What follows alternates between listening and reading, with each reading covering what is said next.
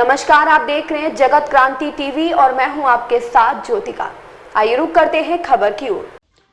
अमेठी में चुनौती देगी सपा, अखिलेश यादव के तीखे तेवर देख कांग्रेस में मची हलचल।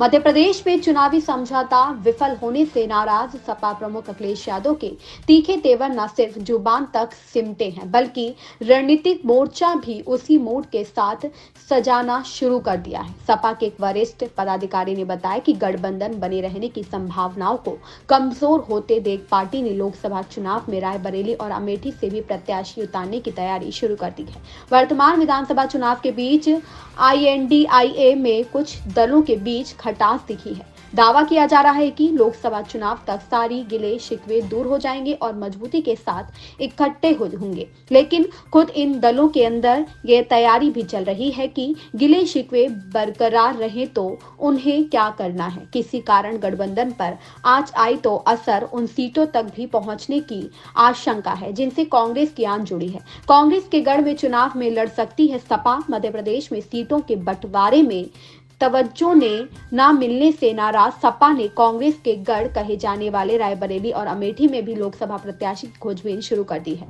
वहीं कांग्रेस भी पुराने एहसानों का लिहाज कर सिर्फ सपा नेतृत्व यानी सैफई परिवार के लिए एक सीट छोड़कर बाकी पर मुकाबले की रणनीति बना रही है।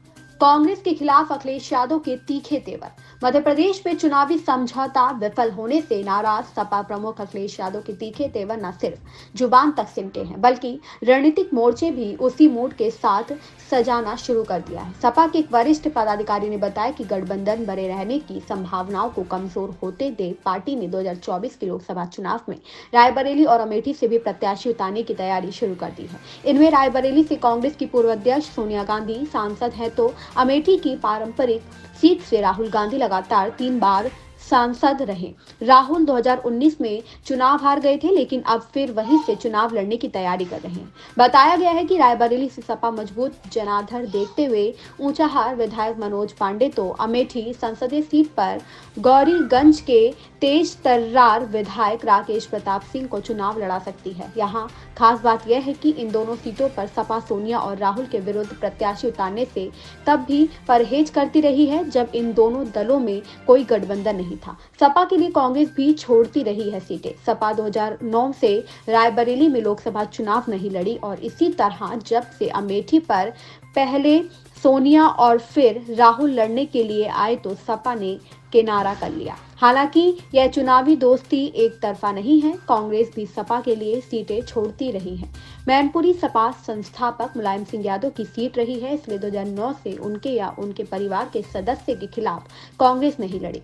कन्नौज में 2009 से कांग्रेस ने चुनाव नहीं लड़ा। आजमगढ़ लोकसभा सीट पर मुलायम सिंह के खिलाफ कांग्रेस ने फ्रेंडली फाइट की। फिर 2019 में अखिलेश यादव तो 2022 के उपचुनाव में धर्मेंद्र यादव के विरुद्ध प्रत्याशी नहीं उतारा, मगर अब सपा रायबरेली और अमेठी से चुनाव लड़ सकती है। वहीं इस संभावना पर उत्तर प्रदेश कांग्रेस के एक वरिष्ठ पदाधिकारी ने बताया कि पार्टी की अभी तक रणनीति यही है कि अगर गठबंधन टूटता है तब कांग्रेस सिर्फ सपा नेतृत्व के विरुद्ध नहीं लड़ेगी।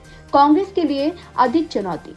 यदि दोनों दल एक दूसरे के गढ़ में लड़ते हैं तो कांग्रेस को अधिक चुनौती मिलेगी। दरअसल अमेठी और रायबरेली क्षेत्र में सपा का भी जनाधार है। अमेठी की 5 विधानसभा सीटों में से 2 पर सपा का कब्जा है, 3 पर भाजपा है, जबकि कांग्रेस का कोई विधायक नहीं है। इसी तरह रायबरेली की 5 विधानसभा सीटों में से 4 पर सपा और 1 पर भाजपा को 2022 में जीत मिली। कांग्रेस यहाँ भी शून्य है। वहीं कांग्रेस का कोई प्रभाव मैनपुरी, कन्नौज और आजमगढ़ में फिलहाल नहीं है।